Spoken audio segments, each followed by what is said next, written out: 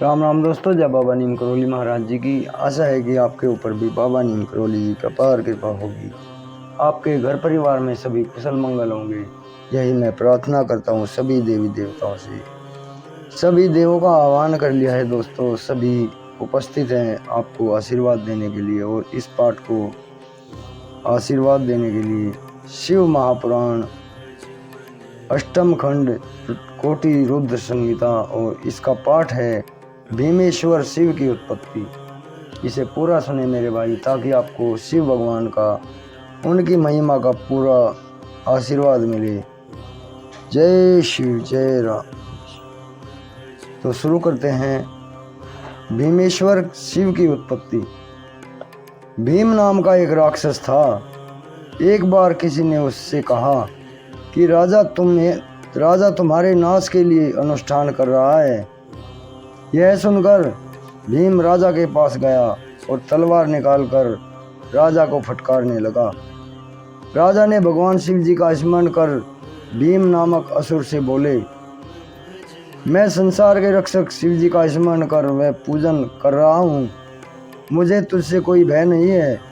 यह सुनकर भीम राक्षस बोला, शिव मेरा क्या बिगाड़ लेगा, मैं उसे अच्छी तरह से जानता हूँ।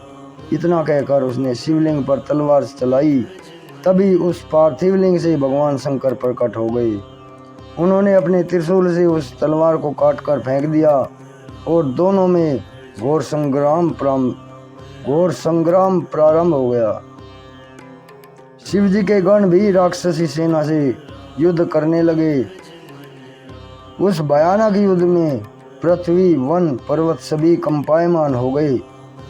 इस पर नारद जी की प्रार्थना पर शिव जी ने हुंकार भरकर अग्नि को प्रकट कर दिया। उस अग्नि ज्वाला ने भीम को भस्म कर डाला।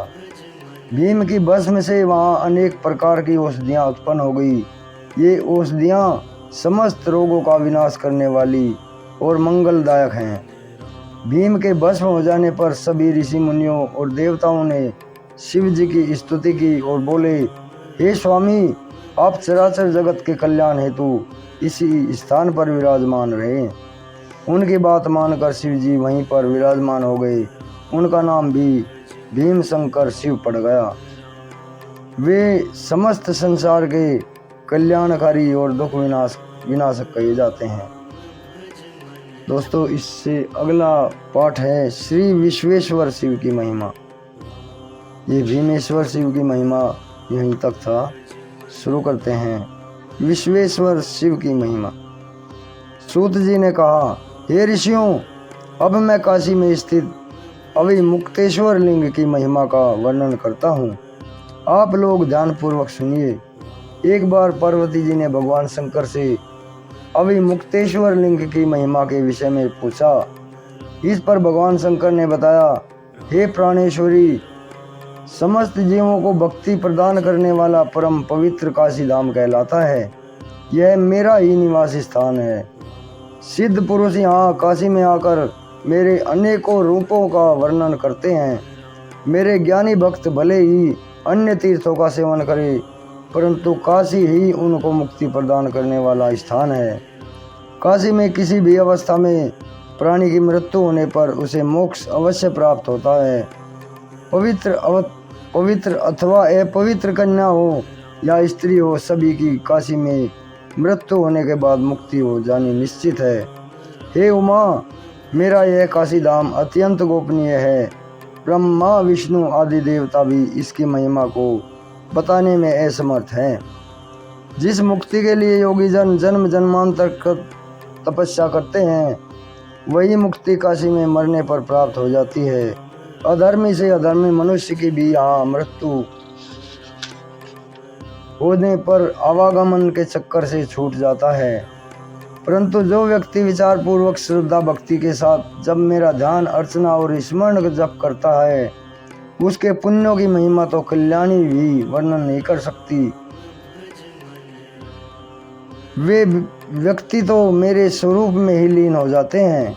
इस तीर्थ में रहकर जो दुष्कर्म करता है, उसे 10,000 वर्ष तक रोरव नरक भोगना पड़ता है। शुभ कर्म स्वर्ग दान प्रदान करते हैं। हे पार्वती, कर्म 3 प्रकार के हैं। जन्म से संचित कर्म, इसी जन्म में किए हुए कर्म, और इन दोनों के फलस्वरूप जो कर्म इस शरीर में भोगे जा रहे हैं उन्हें प्रारब्ध कर्म कहते हैं। इसमें संचित तथा क्रियामान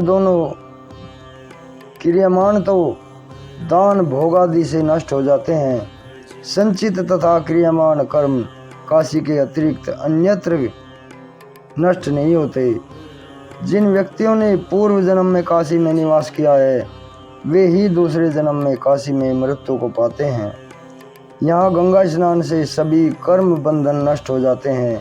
किसी पुण्य प्रताप से ही काशी में वास मिलता है। जय शिव शंकर महादेव।